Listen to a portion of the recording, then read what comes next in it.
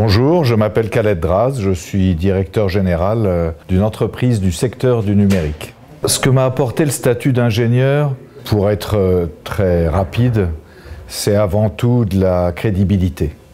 Quand on est ingénieur, on est d'office crédible quand on a une explication technique et on est censé, ce qui est souvent le cas d'ailleurs quand on a une formation correcte, comprendre rapidement ce que veulent dire les autres. Les mardis de l'ingénieur de l'ESME Sudria, d'abord je trouve que c'est une excellente initiative qu'il faut encourager. Deuxièmement, j'ai plutôt de la sympathie pour le monde jeune étudiant et je pense que la pédagogie c'est l'un des principaux axes de satisfaction quand on prend un petit peu d'âge comme moi. Et troisièmement, dans mon métier particulier, je suis dans une entreprise du secteur numérique et je crois que ces entreprises-là n'ont pas la réputation suffisante vis-à-vis des ingénieurs, alors qu'on y fait de très très beaux métiers.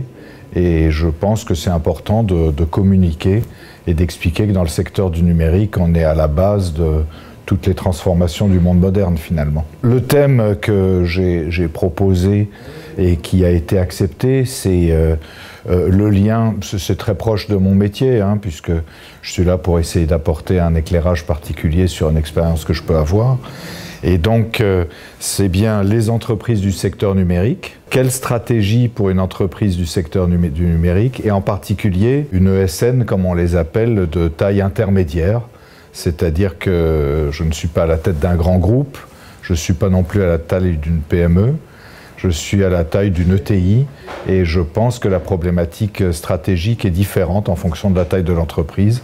C'est ce que je vais essayer d'expliquer comme message, en tout cas la manière dont je vois les choses. Les ingénieurs de l'ESME Sudria ont la chance d'avoir une formation exceptionnelle, ouverte, internationale, axée sur les technologies du futur. Je pense que le plus important pour un ingénieur, au moment où il arrive dans le monde du travail, dans l'entreprise, c'est d'abord d'être soi-même, de ne pas essayer de simuler une manière de faire, une manière d'être.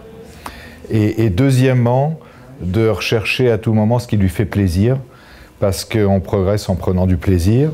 Si on ne prend pas de plaisir et qu'on ne progresse pas, ça se voit très vite dans les entreprises. La carrière des gens est souvent freinée par le fait qu'ils ne progressent pas.